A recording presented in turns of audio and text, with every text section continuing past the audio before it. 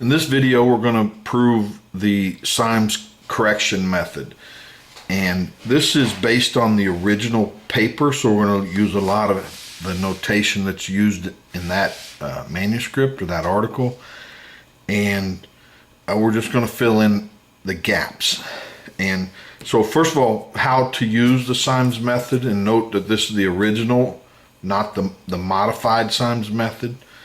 Okay, so we have in ordered p-values from in hypothesis tests.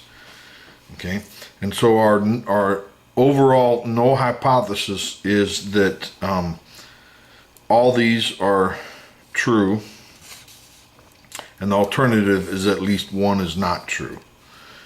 And we reject the global if any one of these p-values is less than this respective cutoff value. And that's j equals 1 to n. Okay. Now, a few notes, or one note, is that this is for independent HI. So these hypothesis tests have to be independent of each other, and then the probability of at least one type 1 error is alpha.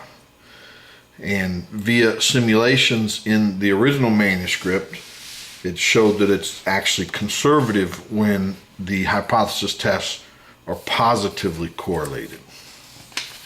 So now let's a little background before we get to the proof of the Symes method. A p-value is a normal, not a normal, it's a uniform 0-1 random variable. And so if we order the n p-values, those are order statistics of n independent uniform 0-1 random variables. Okay, now we're not going to prove that because the video is already, I gotta have to keep it short, but maybe in another video I'll prove that, but we're going to have to assume that's true. And then here's another background piece that we have to know, and I'll prove this, that if we divide the first n-1 order statistics by the largest order statistics, each one of these is independent of the largest order statistic. And a quick proof is the density for the largest order statistic is this, n p to the n-1. The joint statistics, we're not going to prove this, you can look it up in the book. The joint density is this, and this is for a randomly picked j. So this is true for any of 1 through n-1. Then let's make a transformation. We're interested in this density and this x and y. So we set up this mapping, and then we back solve for pj and pn. The Jacobian of this transformation is y. So then the distribution of f of x, y is you take this joint density and plug in these values for the p's, and then you multiply it times the Jacobian. So pj is xy, which is this, and that is y. That is xy raised to this, and then times the Jacobian.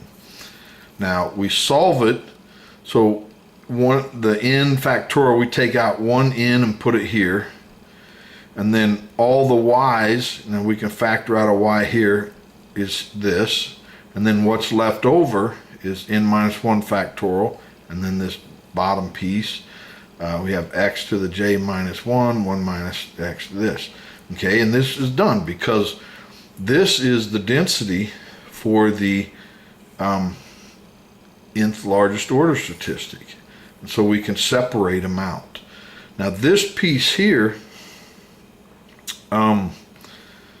is the density for the jth one of those.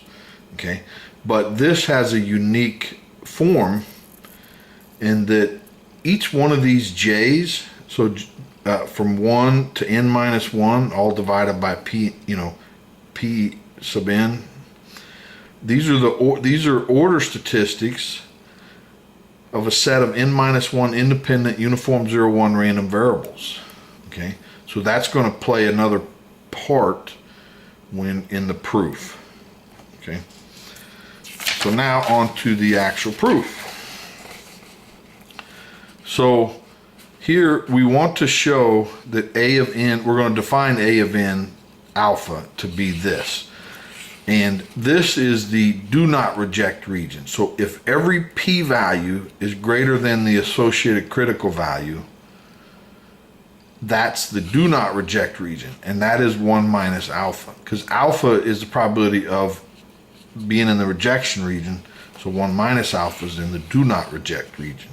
So if we can show this, then we're finished, that it is an alpha level test. Okay, we're going to use induction. So for n equal 1, so A of 1 alpha is that P of 1, here's the critical region, but since there's only one value drawn from a uniform 0, 1, that's just say X, which is uniform 0, 1. The probability of being greater than alpha is 1 minus alpha. So this is true. Now we're going to assume that it's true for say n minus 1, an arbitrary.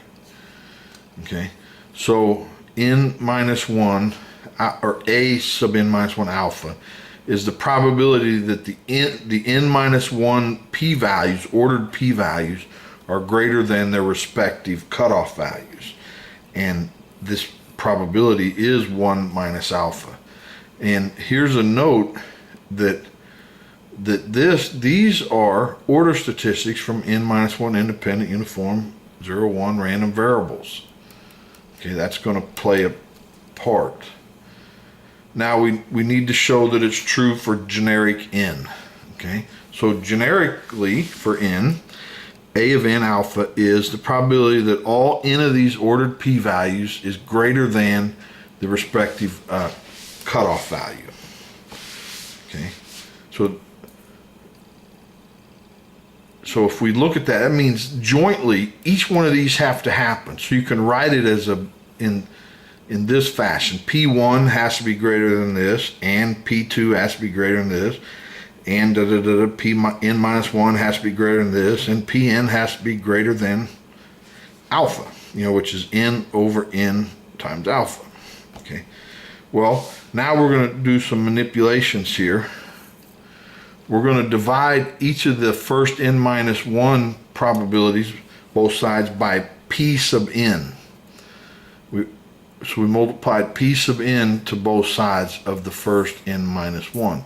And since we're doing the same thing to each side of the inequality, it doesn't change the overall probability. And this one we keep the same.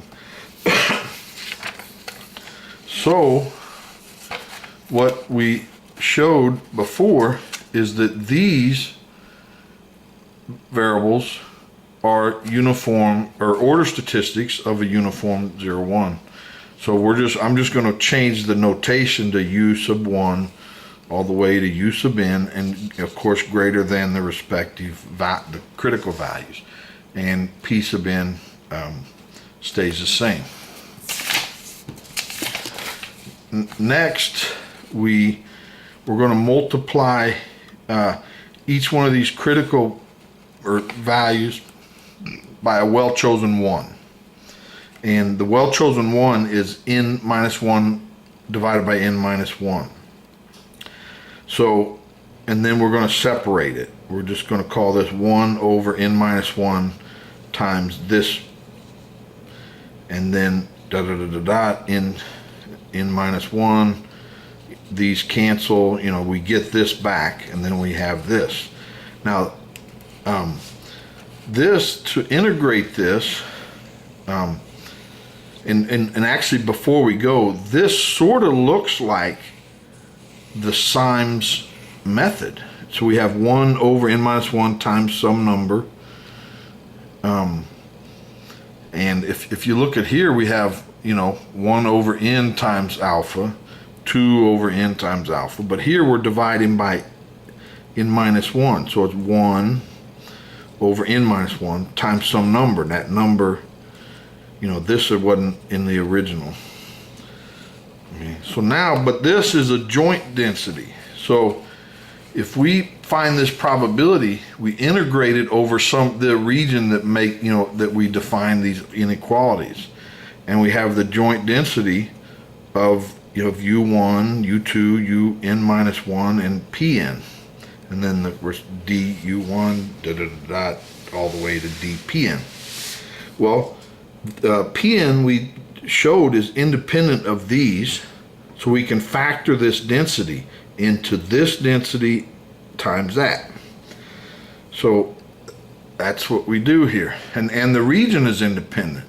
So we break off the P sub n region, which we're integrating from alpha to 1, and then whatever this second region is, defined by this inequality.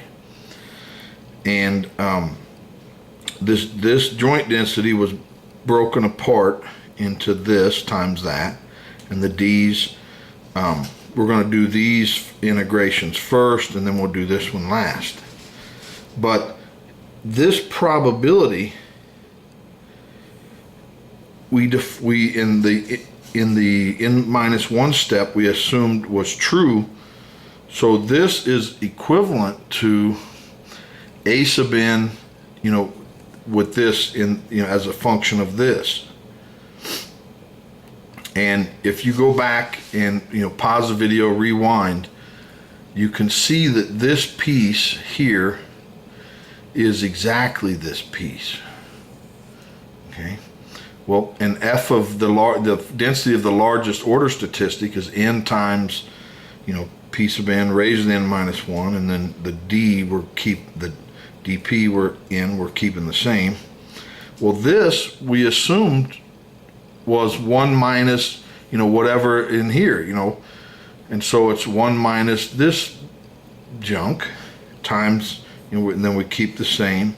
Well, now we're going to distribute this into the equation here, so that comes down.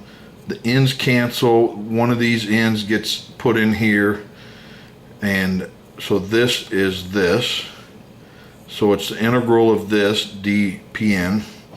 Well, to integrate this, you get this, because that's, you add 1, divide by n, the ends cancel, you get this. Add 1, divide, we get this, and we're integrating from alpha to 1. So plug in 1 and we get 1 minus alpha, then it's minus this. Plug in alpha, you get alpha to the n, alpha times alpha to the n minus 1. Well, this is 0, so we get 1 minus alpha. And so it is true that it is the non-rejection region is a 1 minus alpha level, which says the rejection region is alpha. So a couple notes here that we just showed that the non-rejection region has probability 1 minus alpha, and then if you take 1 minus this is the rejection region, so it equals alpha, and then this is the rejection region, the union of any of these events. And remember, the null hypothesis is a joint null. Are all of them true, or at least one different? So it is this region here. This is the rejection region. Okay, so one criticism of the test: it's only true for when the hypotheses are independent. Okay, where the Bonferroni and the Holm procedure, which I did a video on earlier, and prove that it's true for any set of hypotheses, whether they're independent or dependent. Okay, there was so the critique is the rejection region, being the probability of the rejection region, is not always less than alpha in general. It's not always true. It is for independence. Okay, now there was a simulation study done in the original Symes manuscript that showed that it is conservative for positively correlated values. Let me rephrase that. Tends to be conservative, because they did a limited simulation study, and then later it was showed that it tends to be liberal when they're negatively correlated. And so that is what I have for today. Hope you enjoyed it. Please like the video and subscribe so you don't miss the next one. Thanks. Bye.